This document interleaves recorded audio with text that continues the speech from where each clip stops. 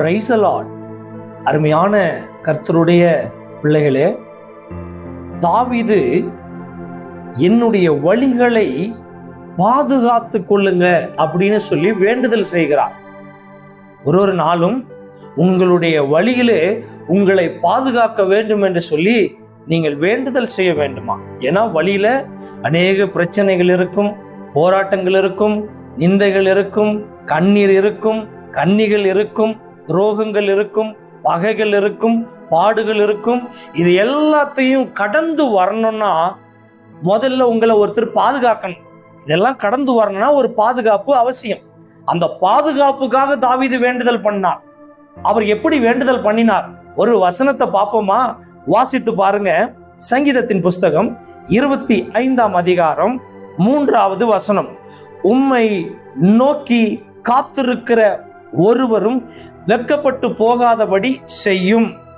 முகாந்திரம் இல்லாமல் துரோகம் பண்ணுகிறவர்களே வெட்கப்பட்டு போவார்களாக அப்படின்னு எழுதப்பட்டிருக்குது. பாருங்க என்ன அழகா ஒரு வேண்டுதல் பண்றாரு பாருங்க.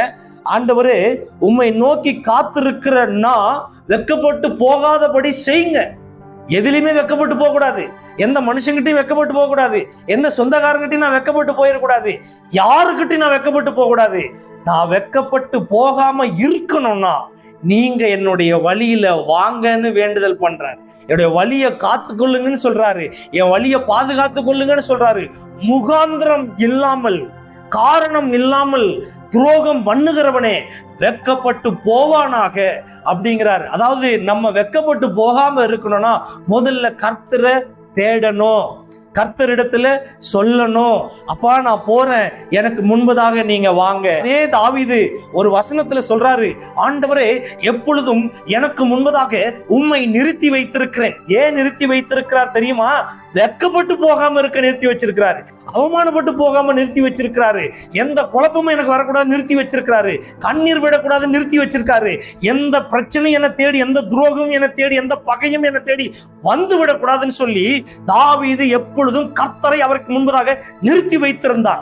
அவரை நிறுத்தி வைத்ததுனாலதான் கோலியாத்தை ஜெயித்தார். கரடிகளிடத்தில் ஜெயித்து வந்தார். இன்னும் இருக்கிற அநேக பாடுகளிடத்தில் ஜெயித்து வந்தார். அவர் ஜெயித்து வந்ததற்கு காரணம் என்ன தெரியுமா? கர்த்தரை அவருக்கு முன்பதாக நிறுத்தி வைத்து வேண்டுதல் செய்தார். அருமையான கர்த்தருடைய பிள்ளைகளே, இன்னைக்கு நீங்க வெட்கப்பட்டு போகாம இருக்கணும்னு சொன்னா கர்த்தர் எப்பொழுது உங்களுக்கு முன்பதாக இருக்க வேண்டும். அவர் நிச்சயமா உங்களை பாதுகாப்பார். அவர் நிச்சயமா உங்களை விடுவிப்பார். எந்த துன்பமும் வராமல், எந்த துக்கமும் வராமல் அவர் உங்களுக்கு முன்பதாக நின்று உங்களை வேலையடைத்து பாதுகாப்பது அதிக உறுதி. விசுவாசிக்கிறீங்களா? உங்க வழியை கர்த்தர் வாய்க்க பண்ணுவார்.